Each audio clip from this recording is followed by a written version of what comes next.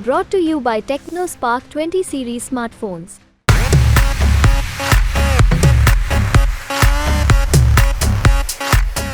BJP की चुनावी तैयारी तो इसी टारगेट से हो रही है कि अब की बार सीटें 400 हो जाए, लेकिन बार बार ये सवाल उठ रहा है कि होगा कैसे।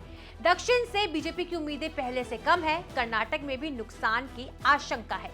बड़ा पेच फंस रहा है महाराष्ट्र में, जहां यूपी के बाद सबसे ज्यादा 48 सीटें हैं। चुनाव की तैयारी के लिए महाराष्ट्र में बीजेपी ने खूब तोड़फोड़ कराई। उद्धव ठाकरे की शिवसेना और शरद पवार की एनसीपी से आधी से कम रह गई है। कांग्रेस में भी अब आए दिन तोड़फोड़ चल रही है। फिर भी महाराष्ट्र में बीजेपी के एनडीए गठबंधन पर भारी पड़ रहा है इंडिया गठबंधन। एकनाथ शिंदे और अजीत पवार के पावर पैक अलायंस के बाद भी एनडीए का मामला पहले से कांटे का था, लेकिन अब और पिछड़ता हुआ दिख रहा है। 10 अप्रैल से महाराष्ट्र में मोदी की 18 रैलियां प्लान की गई हैं, लेकिन उससे पहले महाराष्ट्र में बीजेपी को झटका लगने का अनुमान है। दरअसल एबीपी न्यूज सी वोटर अपने ओपिनियन पोल में लगातार महाराष्ट्र का मूड ट्रैक कर रहे हैं। सबसे नए ओपिनियन पोल में बीजेपी की मुश्किल बढ़ रही है। एक महीने पहले तक महाराष्ट्र की 48 सीटों पर एनडीए को 43% वोट मिल रहे थे। नया ओपिनियन पोल हुआ तो वोट शेयर 2% लुढ़क गया। अब एक सर्वे बता रहा है कि एनडीए और इंडिया अलायंस दोनों का 41% वोट मिल सकते हैं। पिछले महीने एनडीए को 43%, इंडिया अलायंस को 42% वोट मिले थे।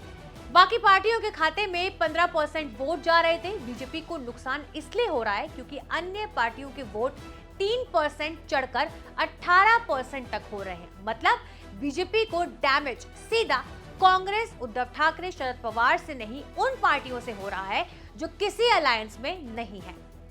हालांकि इंडिया टीवी सीएनएक्स के पोल के मुताबिक महाराष्ट्र में एनडीए क्लियर विनर होगा। एनडीए को 37 मिल रही है, बीजेपी को 27, शिंदे को 8 और अजीत पवार को 2 सीटें मिल सकती है।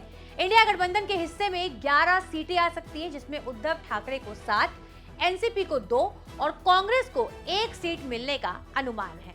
हो सकता है कि महाराष्ट्र की ऊंच नीच को लेकर बीजेपी ज्यादा चिंता ना करे। ये अनुमान तब लगाए गए हैं जब मोदी धुआंधार प्रचार नहीं हुआ। हो सकता है जो काम शिंदे, अजीत पवार ना कर पा रहे हो, वो अकेले 18 रैलियों से वो कर दे।